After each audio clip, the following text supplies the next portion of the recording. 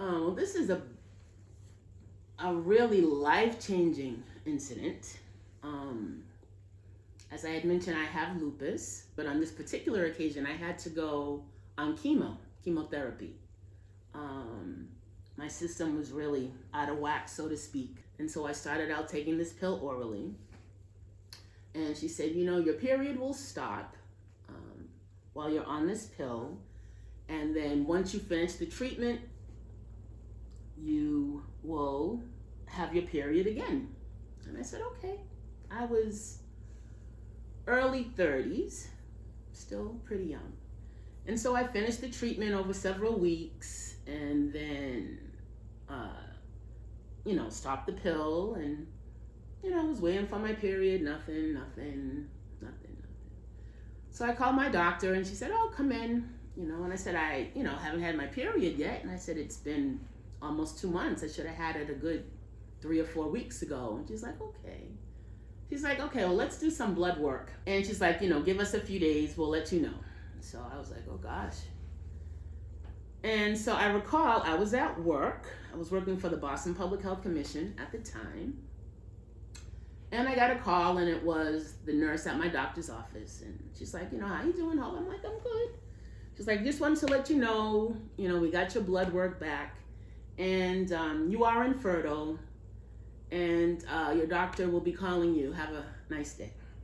I remember people rushing into my office. I don't know if I screamed or yelled, but it took me somewhere else. And people were comforting me. You okay? You okay? I didn't even know I screamed. I was crying. After I kind of came to it, someone's like, okay, someone take her home. Take her home. I was shocked. And the way in which they told me, just so cavalier, no kind of compassion, no kind of caring. And so my mom was home. We had lived together at that time. She was retired. And someone came home with me and my mother was like, what's going on? And I couldn't even tell her. I was like, oh my gosh. We are a family of trillions of kids. We love babies. I always imagined having babies. And they just said no. And so my mother called the office. I was upstairs crying. I heard my mother. She was livid. How dare you say that to someone in that way? You should have actually had her come into the office and meet with her face to face and have a conversation.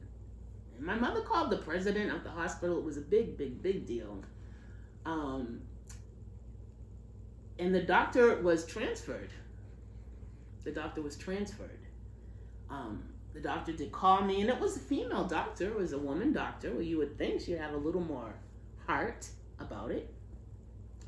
But that really broke me. That just crumbled me like, oof. And looking back, and then we had this conversation with some of my other doctors, it's like, Hope, you weren't even presented with any choices. Like, in case your period doesn't return, maybe you want to freeze some of your eggs before you have the treatment.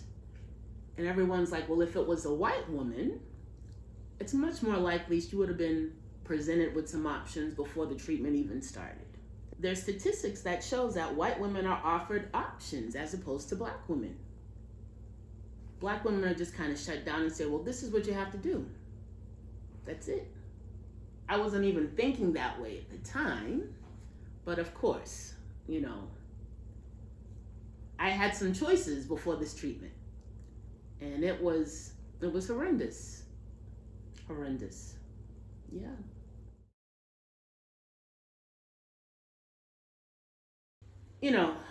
I could have been depressed and just given up.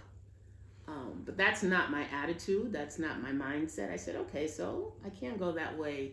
I got to go this way. And so soon after, I said, well, there's more than one way to getting a child.